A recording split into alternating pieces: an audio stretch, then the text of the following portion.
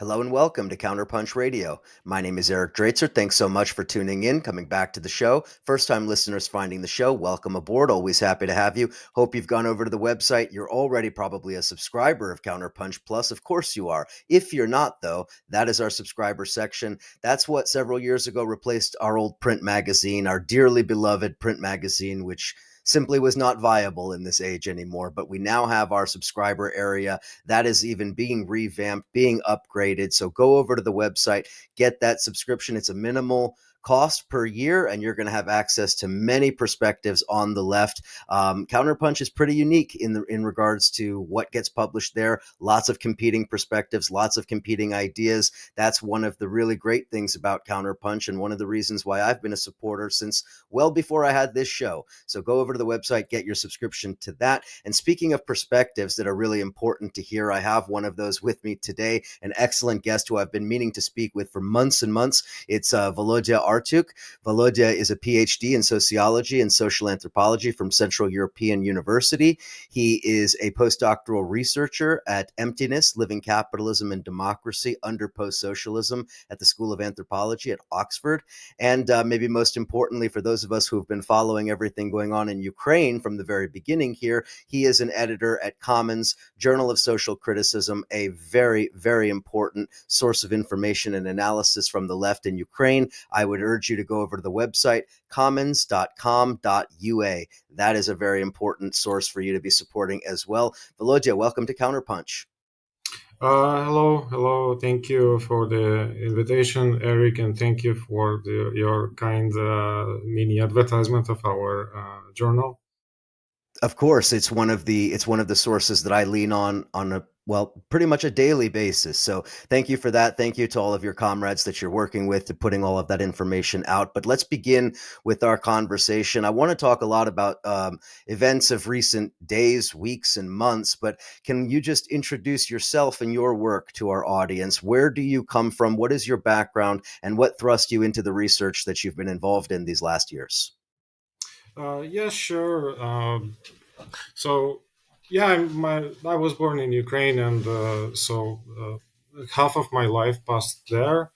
I studied there a bit, and I was quite a lot, and I was kind of enculturated into Marxist thinking and some sort of small did some small share of activism there before moving to study further abroad, where I decided to work on labor movement in Belarus, where I did fieldwork in 2015 to 2018. So that's kind of I have some sort of background knowledge of Belarus and have been following events there. And then I got interested in broader issues in the industrialization and out migration that's been happening in many post-Soviet countries. It's like a generalized condition, and that's what our project Emptiness is dealing with. And currently, I'm studying as part of that project. I'm studying Ukrainian refugees who fled the war, and currently I'm in doing this in Romania, also one of the countries that has have been influenced by this post-Soviet transformation in a negative way. And apart from this, I also contribute to the debates about this war, the Russo-Ukrainian war, on the left. Although I'm not, I have to admit that I'm not a military. I'm not a security or military scholar, but I think that it's vital for the left to develop a coherent and comprehensive and nuanced picture of what's happening there. I think that's what lacks. Yeah, and I hope I might help in this. Well, Since you have so much background in Belarus, and Belarus has been trending on Twitter this week with all sorts of news and rumors coming out of Belarus, I do want to talk about a lot of those questions. But let's just focus on the left and the Ukraine question for a second, if we could, since you mentioned it. How would you describe the debate on the left over the issue of Russia's invasion of Ukraine, or Russia's maybe second invasion of Ukraine, depending on who you ask? And why is it so important to intervene in this discourse as somebody who comes from the region versus the discourse that you see among Western leftists? First, I would just clarify this issue of expertise and being from this region. I would call for a cautious approach to people from the region. This kind of the voices of those who are suffering. Uh, because why do we value them is because they have the first-hand experience and more often than not knowledge of details, but also they may be engaged on one side or the other in the ways that we on the left probably would find problematic. So that it's less of a question of where the person comes from, but and more of the ability of this person to to comprehend and combine the developments, the details of the situation there. And it's, of course, it's not exclusive to people from Ukraine or from the area more broadly, but it so happens that our journal and the people from my circle have been following the events in Ukraine since way before the start of the war. We've been writing on the political economy of this country and the area. We've been writing about the war in Donbass and all the on the complexities of this conflict. So this is kind of this is our contribution is important in this respect that we are not newbies in this. We have some expertise that have been also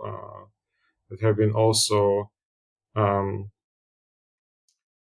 uh, checked by tried and checked in some practical activities and some sort of activism and organizing. Yeah, but coming back to your main question about the debate on the left, it's not been of an extremely high quality in general.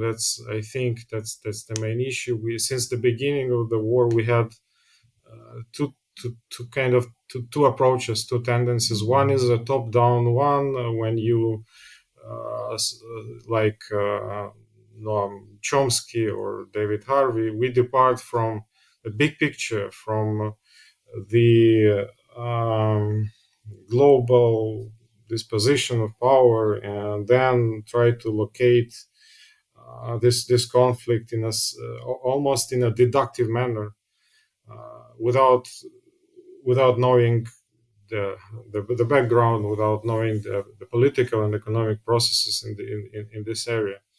And that's been sort of a parallel plane that has dominated mostly the American left, to some extent the European left. On the other hand, we had more particularistic or even singularistic approach focused on individual stories, on particular political developments, on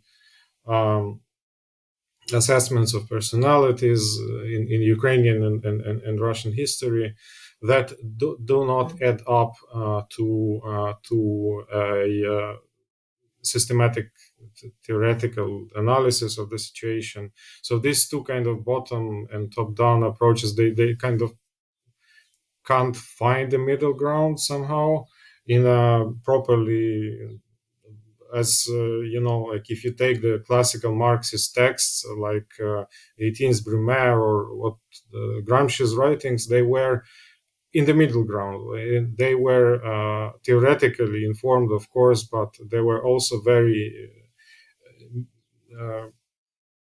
deeply immersed into the situation on the ground. So we lack such sort of texts. They are very rare. They do not absent, but they are very rare. And I say it also as a sort of self-criticism.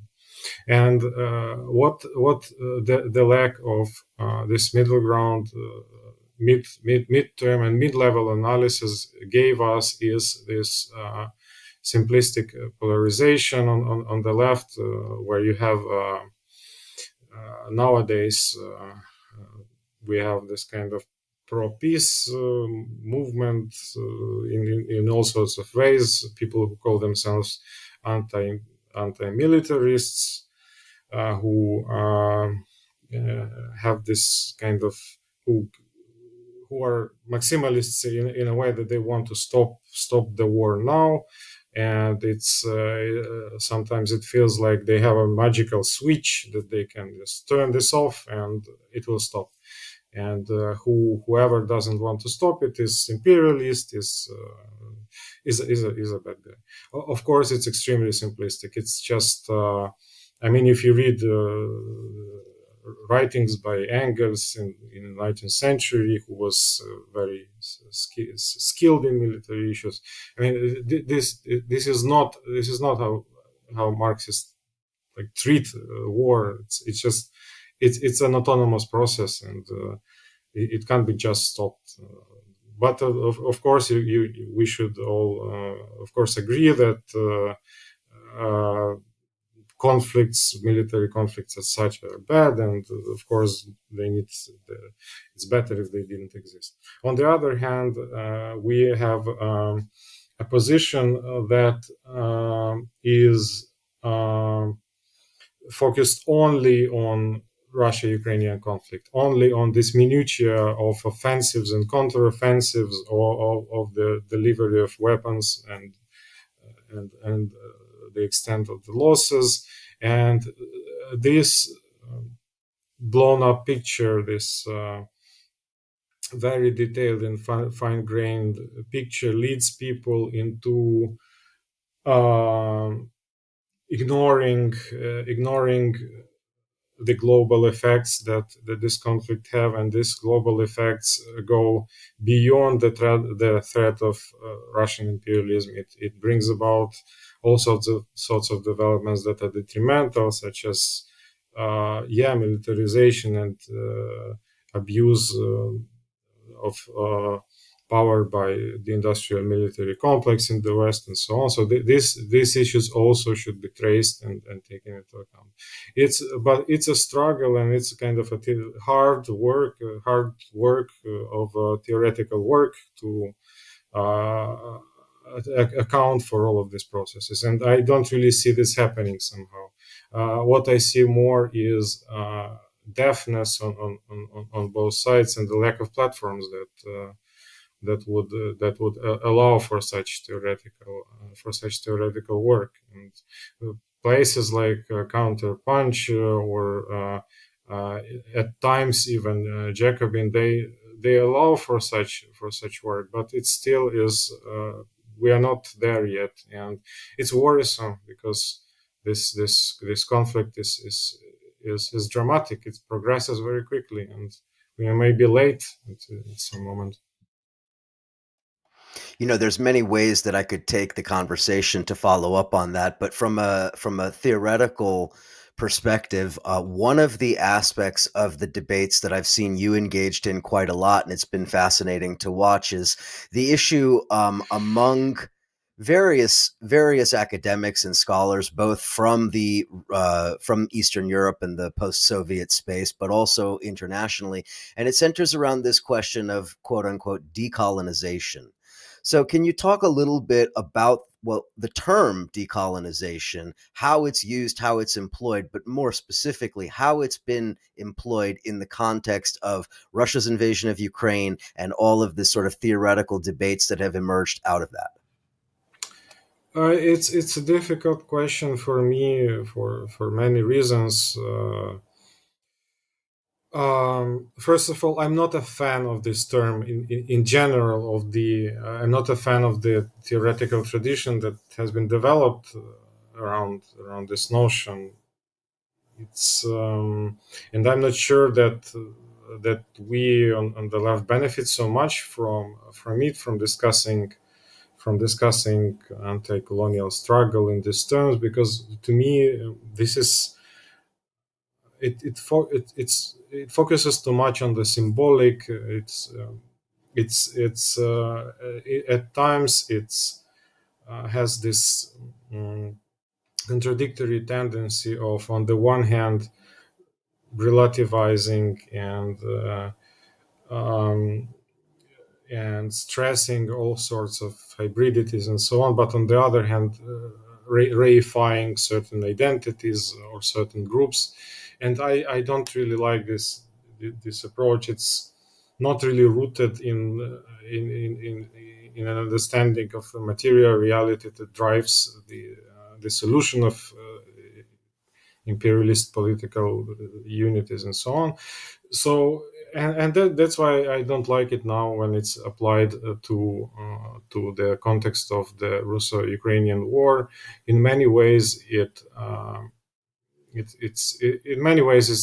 does more harm than good. So the general framework along the general framework along which relies on the notion of decolonization is that Ukrainian people have essentially been colonized by Russia in its many instances. Soviet Union, imperial Russia, Tsarist Russia, Soviet Union, and until recently some sort of agents of Russian influence or whatever who were striving for colonization. I find the assertion of this historical continuity problematic for many reasons. One of them is, ironically, is that it mirrors Putin's view of the Russian history. For Putin, there is a continuity. There are no breaks between Tsarist Russia and the Soviet Union and the Russia that exists now. So Putin revives this kind of glory, this eternal glory that never materially existed. Russian history is a history of breaks, of revolutions, of revolts, then calcifications, of course, but it's a constant upheaval. And of course, Putin wants to erase it. It's in his interest, of course, to impose this continuity and present himself as the figure that revives the good old times. But what the guys who call themselves, who think they work in the colonial perspective, they reproduce this continuity. They avoid fine-grained analysis. Not all of them, of course, not all of them. There are some good studies, more historically nuanced, but those who are closer to kind of policy narratives rather than, or let's say, academic politics rather than research proper, they reflect, they mirror this continuity where in all instances Ukraine eternally have been colonized. It's just factually not true. There were periods when Ukrainians themselves, a lot of Ukrainians contributed to the development of Russian Empire, and this is not a great thing to do, and this is not a great thing to repress. It's something that Ukrainians also need to deal with, and to understand that some of the cultural figures that are celebrated, they have been complicit, of course, in the development of Russian Empire, and then the Soviet Union, of course, is a completely it's a thing that nowadays it's even hard to talk about on public, because in Ukraine and in Eastern Europe, it's been vilified even legally in some respects. But it's also is Ukraine was a constituent member of Soviet Union, and at times it benefited from the Soviet economic and even cultural policies. At times it suffered immensely during Stalinism. So it was also a hugely complex development. But my point would be that in order to state the obvious that this war is an imperialist war, you don't need to make some kind of artificial historical justifications for this. It's kind of obvious that if you listen to what Russian propagandists and decision makers say, it's a war of conquest. It's a war of cultural, social subjugation. It's kind of a textbook case of an imperialist war, and whether it's rooted in some sort of long history, long durée of oppression, I'm not so sure, and it must be debated. But what is happening? What consequences this ahistorical and reifying approach brings is destroying any possibility of solidarity among anti-war Russians and Ukrainians and representatives of other polities and nations. People who talk about decoloniality, they claim that they create a sort of a unity, a union, a common front against Russian imperialism. But what is happening, in fact, is a fight for victimhood, a fight for asserting who suffered more, whose identity has been more repressed and needs to be revived. So the practical consequences are quite detrimental to the actual real life fight against Russian imperialism. It does strike one as some kind of an essentialized identity politics or a variant of identity politics, the way that it is wielded, I think. It does. Now, the other aspect of this that really strikes me, and one that always jumps to my mind every time I read some of these debates about decolonization in the context of Eastern Europe, and especially in the context of Ukraine, is the fact that despite whatever positive intentions and positive attributes the debate itself may have, I think lurking in the back of the mind is the ever-present point that those in the West and in the Western ruling class and the strategic planners and so forth would love to weaponize this type of terminology, would love to use it in furtherance of their own strategic goals, whether that's NATO or whether that's the United States itself or what have you, right? Weaponizing the term decolonization in this debate is useful for them. So there is that other aspect to this where debating decolonization then also kind of leads you into debating, well, should we all just, support the collapse of Russia into 25 constituent parts and, the remaking of the entire Eurasian landmass under the heading of decolonization? I think that might be problematic.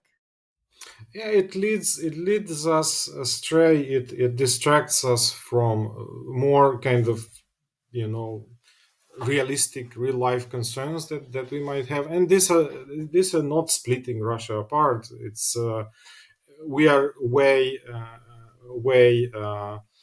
short of reaching this kind of question. You see those doesn't pose the questions to us that we discuss you see that kind of stuff on Twitter. I see it all the time. People posting maps of the future of Russia under decolonization. It's like, come on, let's get serious. Yeah, unfortunately, this exists. It's not, again, it's not to say that there is no such thing as some sort of chauvinistic attitude of some Russian intellectuals, even anti-war intellectuals, and so on. But it's not some kind of genetic feature of any Russian, as it's sometimes portrayed even on the left. definitely is not the case. Um, Absolutely. And I want to just quickly, before we take a break, I want to just ask you how the debate on this question exists within the Ukrainian left, because, there's obviously competing perspectives even among the Ukrainian left. So could you just sketch out a little bit the extent to which the decolonization debate is raging within the Ukrainian left? I wouldn't say it's raging. Um, I wouldn't say there is much of a heated debate in a way. It's to a large extent is muted. There are different approaches, but they don't really clash. I would say it's because the Ukrainian left has more burning concerns, and also because it's in a way difficult. Like tactically, it's probably not the wisest thing to do now to lead the debate into this symbolic domain. But there are approaches. On the one hand, is more radical approach, which is about splitting Russia into parts and tracing all sorts of the colonial epistemologies, like in this kind of in this intricate symbolic game of looking for influence of Russian imperialism everywhere in texts, in textbooks, in language, and so on. So some on the left they do pursue this path that is sometimes justified by references to Marxist classics, to Ukrainian Marxists that lived before the Stalinist purges in the 20s. The other wing, which is more pragmatic, which I belong to in a way, we don't just simply don't embrace this lens. We don't think that this is both tactically beneficial to us and theoretically robust, valid. But in general, it's a debate that I kind of have not with Ukrainian leftists. Let's put it this way. That makes sense. And it's a debate that exists certainly in the United States and in other parts of Europe in different contexts. And I think that it's important to interrogate how it's being applied in the context of Ukraine and Russia and the post Soviet space. But let's take a quick break. On the other side of the break, I want to tackle a couple of other somewhat controversial issues. And then I want to talk a bit about what's going on in Belarus, because unfortunately, we don't get nearly enough solid analysis of what's happening there. So stick with us on the other side of the break. I'm chatting with Volodia Artiukh. You could go and follow him on social media. And again, make sure you go over to commons.com.ua to follow what's going on in Ukraine from the left. And enjoy the music. We will be right back.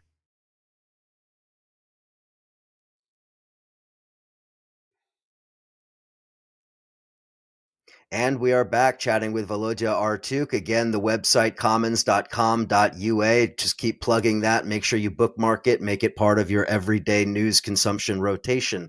Volodia, I want to ask you about another subject that is also quite prominent in the discourse online, in the discourse around the war in Ukraine, and that is the issue of a quote unquote proxy war. You've talked about this many times. I've been fascinated to see some of the debates around this issue. Can you explain how you see the use of the term proxy war to describe Mm-hmm. war in Ukraine, Russia's war in Ukraine? And secondly, of course, why you think it's problematic? Mm-hmm. I consider the notion of proxy war one instance of a zombie concept that existed since decade since years to many years to describe what was going on in Ukraine since Donbass war. We had many concepts like this, like purposefully vague, like hybrid warfare, kinetic war. These sorts of imprecise concepts that are neither properly defined and used in the military circles, or in among in Marxist writing, but then they somehow jump out of the uh, political speeches, out of some sort of um, uh, amateurish analysis of the war. I just don't find it useful.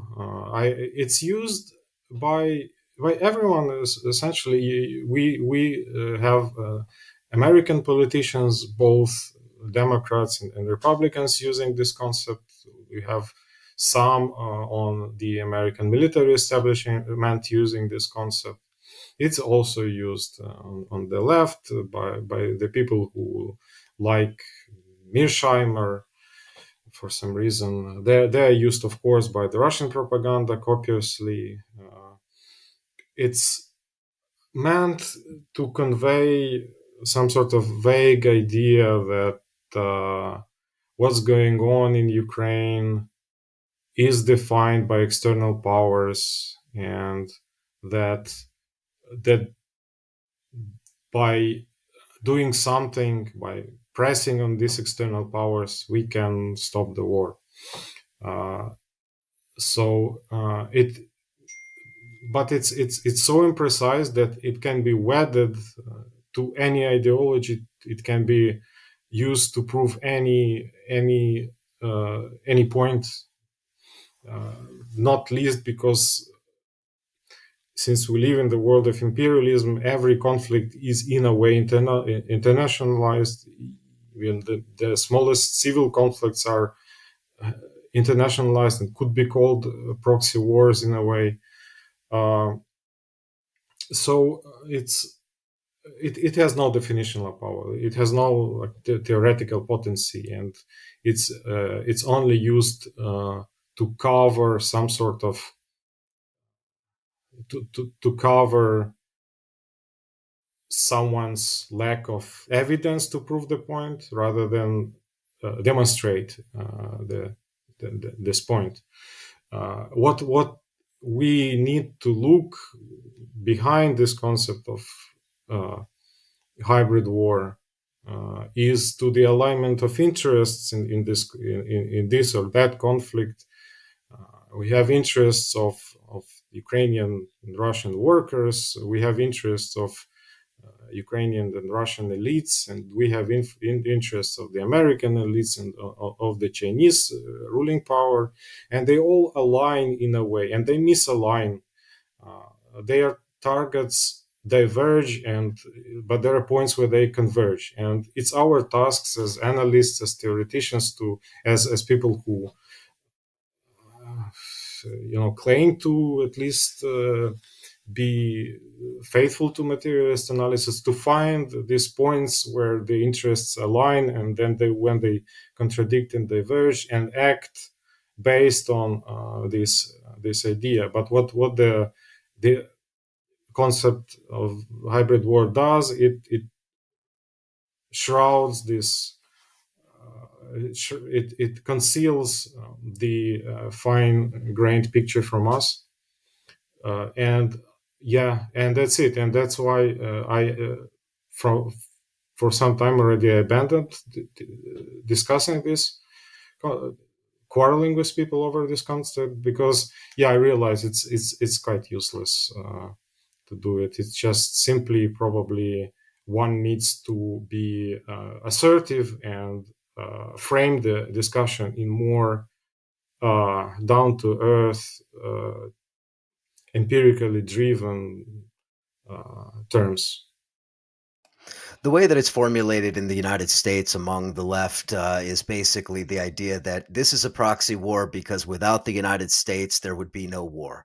This is a U.S. proxy war because without U.S. weapons and U.S. arm twisting, both arm twisting of European allies, arm twisting of Zelensky himself and other forces, without that, there would be no war. Therefore, this is a proxy war being driven by Russia and the United States. And if only we could pressure the U.S. government, that would end.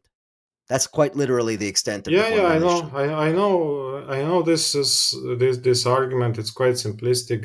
Recently, I noticed another layer added to it is that it's Zelensky who is actually wagging the dog, or whatever. It's Zelensky who is interested in driving the world to the global war, to the World War III, and now the Americans are kind of victims, prisoners of his whims. So it's kind of works both ways. But uh, I I don't I don't find both of these arguments persuasive. I don't think that the war was started because the U.S. was interested in it.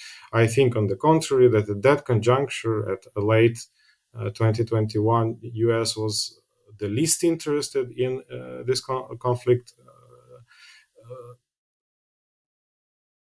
appearing, bursting out, and I don't think that. The US can single handedly stop this conflict. I don't think that if the US decides to stop the delivery of weapons, the conflict will end, because, I mean, who was delivering weapons to the Iraqis all of these years, or to Afghans? Someone was, and someone will to Ukraine, because that's how the arms market works. There is demand, there is supply. It's just that the weapons, if the US doesn't deliver high tech weapons, someone will deliver low tech weapons, and this will lead to an even more bloody and protracted and ugly war. So I don't think that these are particularly humane arguments that some on the left have. I don't think they are about the value of life of Ukrainians. It's rather about fear, the fear, which is understandable. We are all afraid of a larger war between the U.S. and Russia breaking out. We are afraid of it. We are afraid of Russian nuclear blackmail. But there is no simple solution to this fear.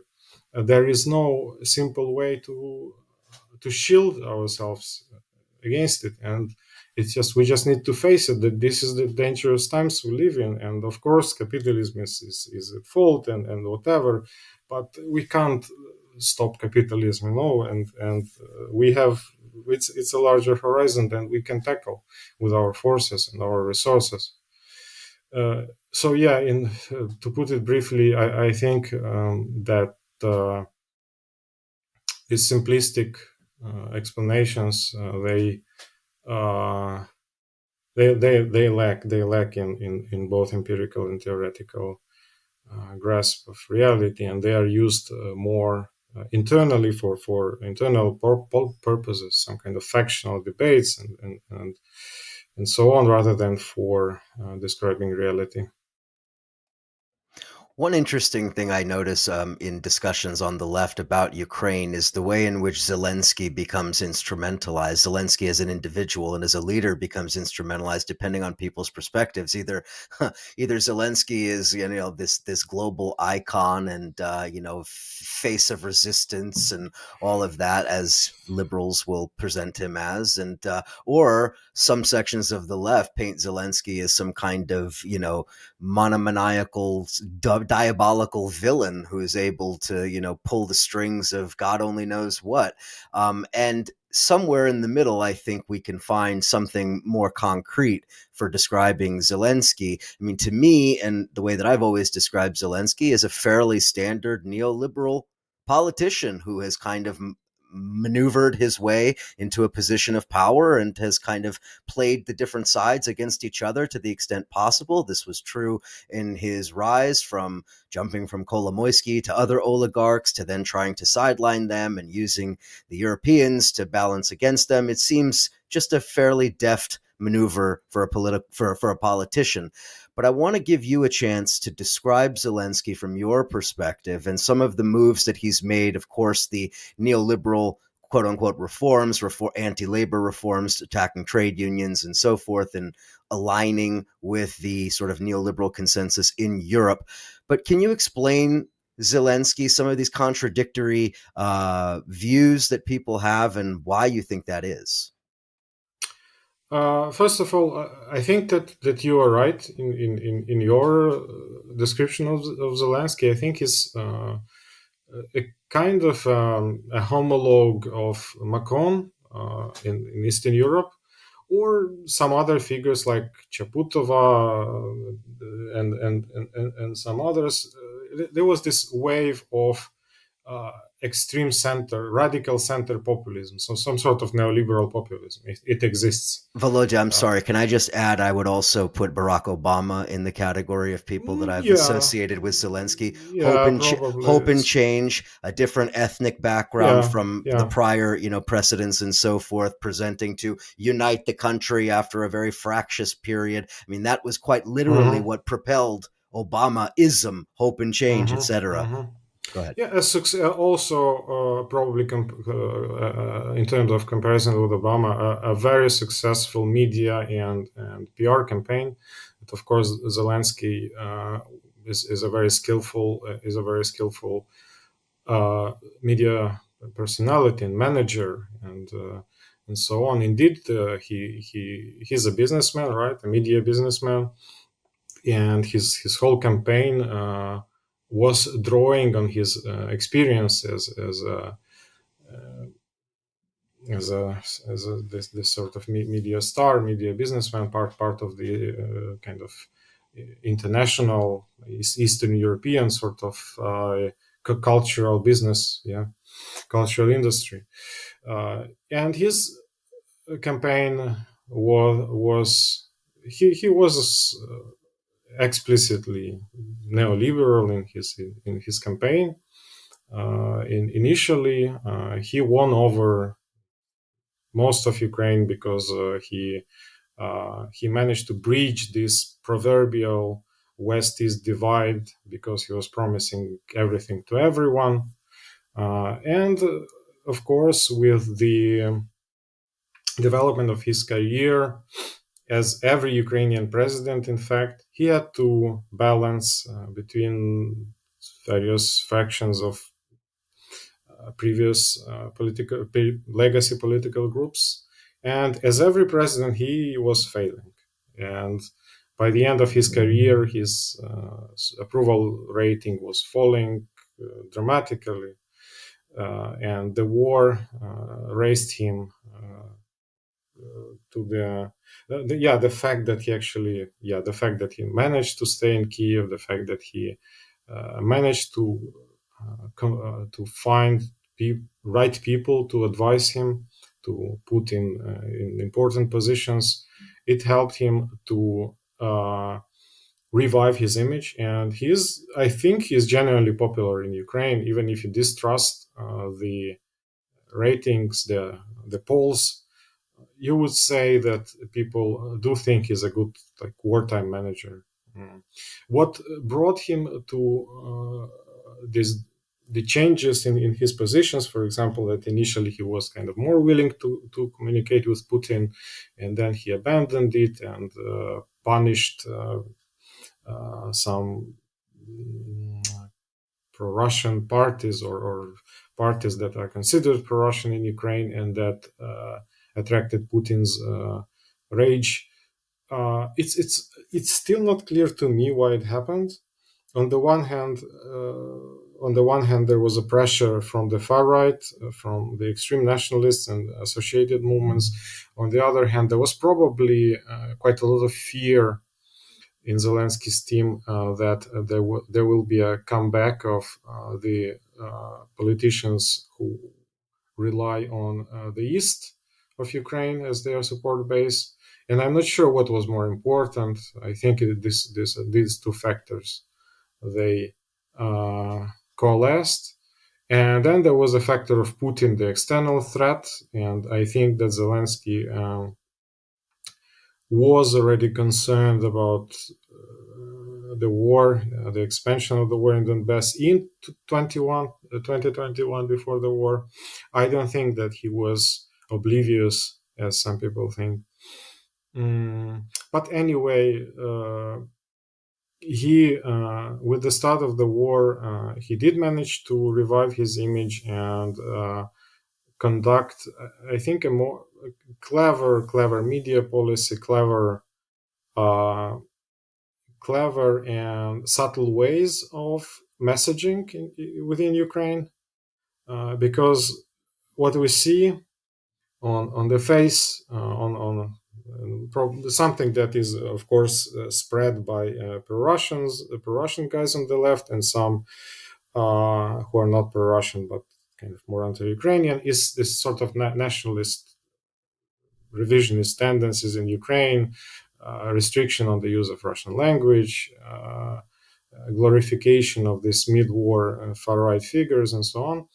This is all happening, but what is also happening is that there are voices that are close to Zelensky's administration who talk to Russian-speaking populations, who try to explain to them what's happening. And but here I mean Arestovich, for example.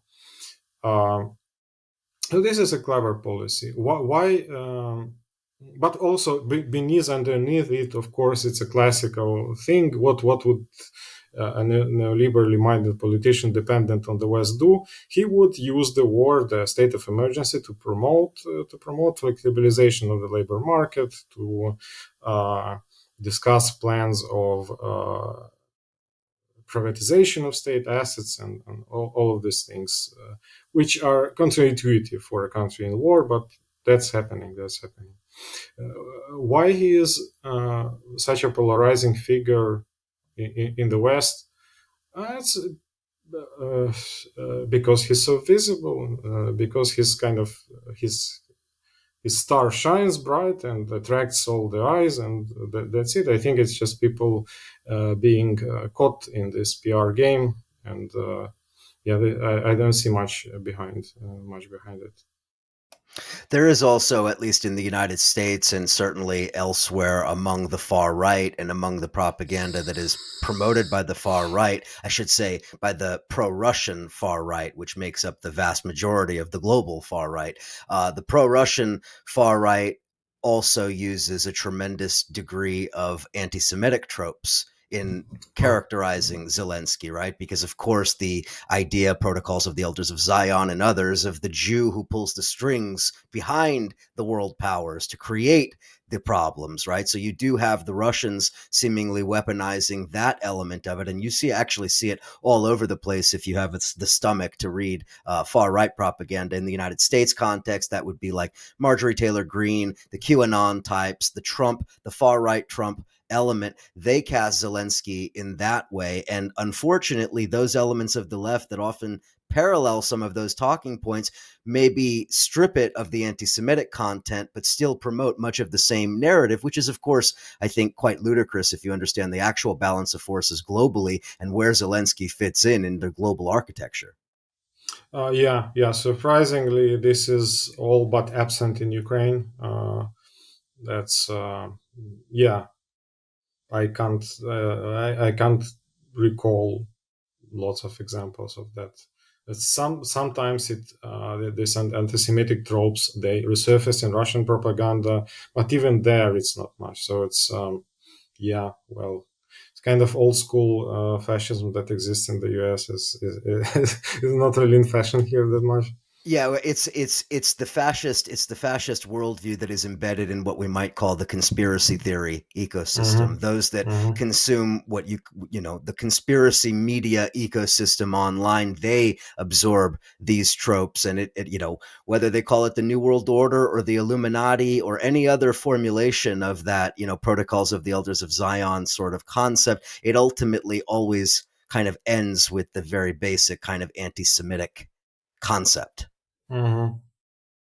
Mm-hmm. So Yeah, that's anyway, interesting. Yeah. it's an important feature of the far right in the United States, and of course, as we know, Russia is deeply embedded in supporting far right movements all over the place. So this is, I think, part of the picture as well. But we are running out of time, Volodia. I want to talk with you a little bit in the last few minutes we have here about the situation in Belarus. We are recording here in the middle of May. I don't know exactly what's going to happen by the time people hear this, but at this moment, there were rumors over the last several days that the dictator in Belarus, Belarus. Lukashenko was sick, hadn't been seen at several important ceremonies, and there was talk that perhaps high-level officials from Russia were going to Belarus in some kind of an emergency capacity. So we don't yet know. A photo, I think, emerged today showing Lukashenko allegedly as a proof of life, but we'll see what that actually means. But anyway, that's just the background of what's happening today. Volodya, I know you've been in Belarus in the prior decade. You did a lot of field work there and research there.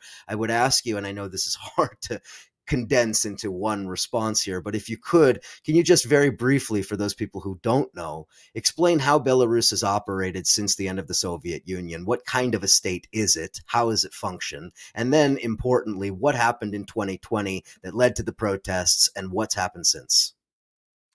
I think I'm losing connection. Oh, okay, it's fine. Oh, yeah, that's a super hard task indeed. So, briefly, Belarus was a Bonapartist, kind of Caesarist type of polity, in and a successful one at that most of the time. Why it became like this? Why Lukashenko rose to power? He was one of the first populist leaders in post-Soviet space, like properly populist and also skillful at that. He managed to take the power of both nomenclatura and the working class, and concentrate this power around him in his presidential office, and then punish those who try to take it back. And throughout his whole career, he was carefully measuring sticks and carrots, dividing various groups of small and larger entrepreneurs and wannabe opposition leaders. Everything was atomized. And working class was atomized, despite the preservation of industrial sector in the economy. And meanwhile, Lukashenko meant to develop some sort of independent politics internationally, and he was trying to attach to the Chinese, to the growing Chinese influence, and insert himself in this Belt and Road Initiative. And thereby he developed a middle class in Belarus, and working class was preserved in some sort of capacity. And when these rising or persisting classes got tired of him, when in a classical manner productive forces entered into contradiction with relations of production in Belarus, it emerged in this form of this populist uprising against a populist politician, because the uprising in 2020 was indeed populist. And Svetlana Tikhanovskaya was someone who was very close to Zelensky in a way, and it broke down. This model of populist rule, it broke down, and it degenerated into a pretty classical the kind of despotic rule, authoritarianism that is purely based on violence and pretty much on nothing else. With losing his legitimacy, Lukashenko also lost the game of balancing on the international scene, and he's completely dependent on Russia. And his bad health is kind of symbolically matches his trajectory as a leader. He's being kind of on life support. I mean, I'm not sure whether he's physically on life support, but his rule one was on life support of from Russia and from the police domestically.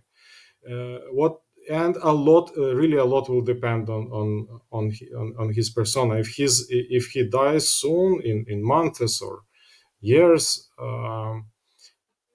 I can't predict what's going to happen with Belarus. I only know that now there are some signs that the elites in Belarus are quite anxious.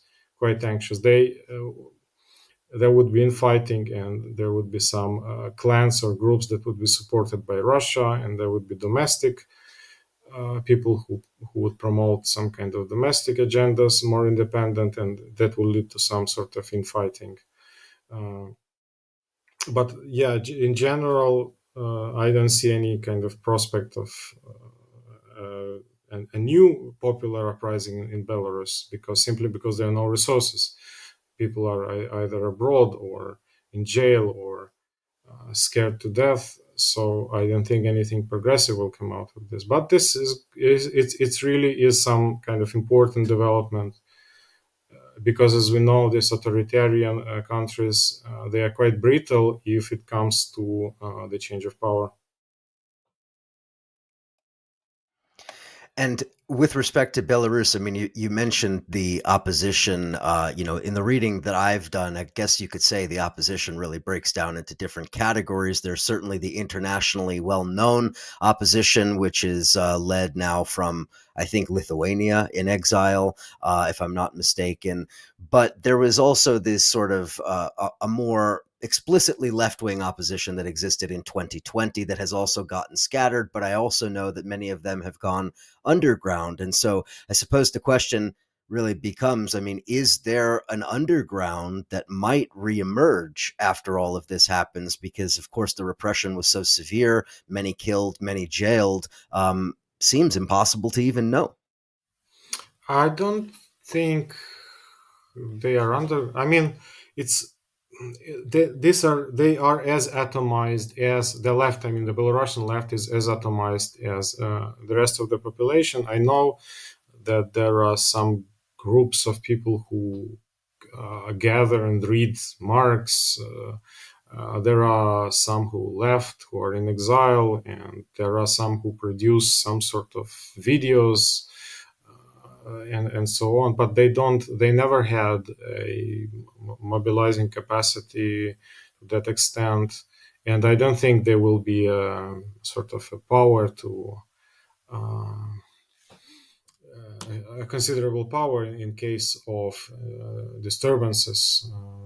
It's not their time at all.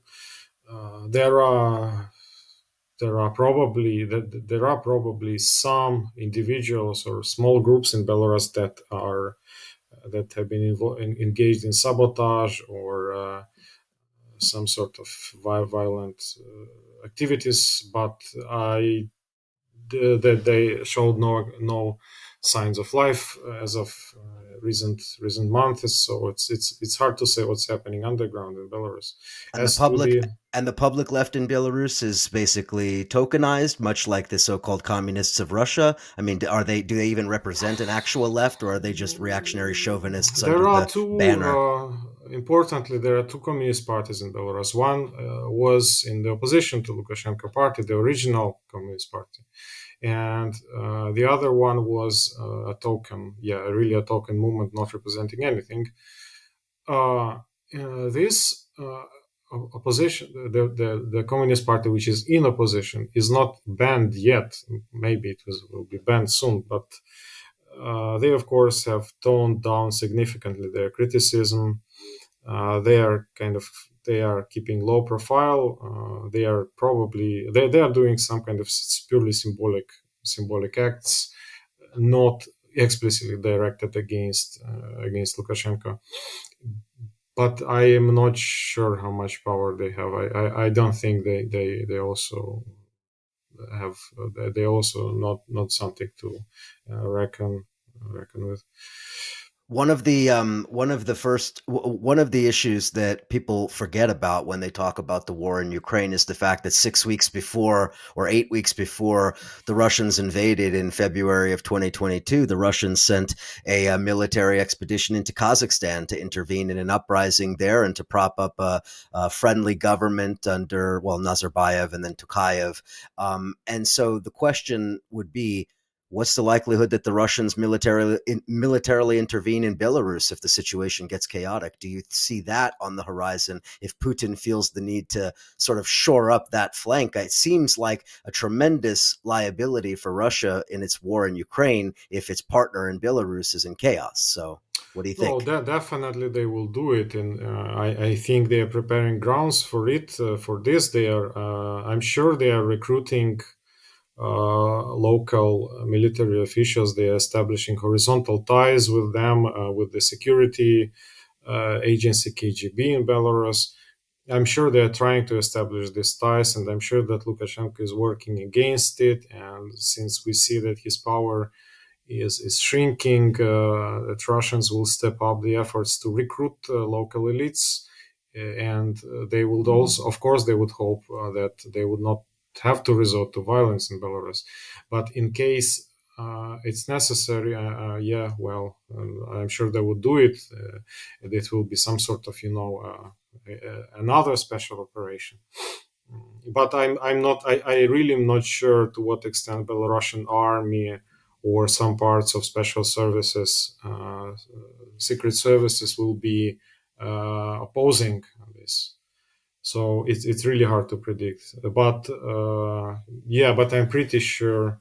I mean, I don't know, but I'm pretty sure that if I was Putin, I would already be working very hard with local politicians, with local military and secret services. I think we can assume that's happening, and I guess we will wait and see in the coming weeks. Volodia Artiukh has been my guest today. He is the one of the editors at Commons, a journal of social criticism. The website commons.com.ua. Follow the work there. Follow Volodia on social media. Volodia, thank you so much for coming to Counterpunch and talking with us today. Really appreciate your analysis. Thank you for the invitation. It was a pleasure. Listeners, viewers, thank you as always, and we appreciate the support. We'll talk to you again next time.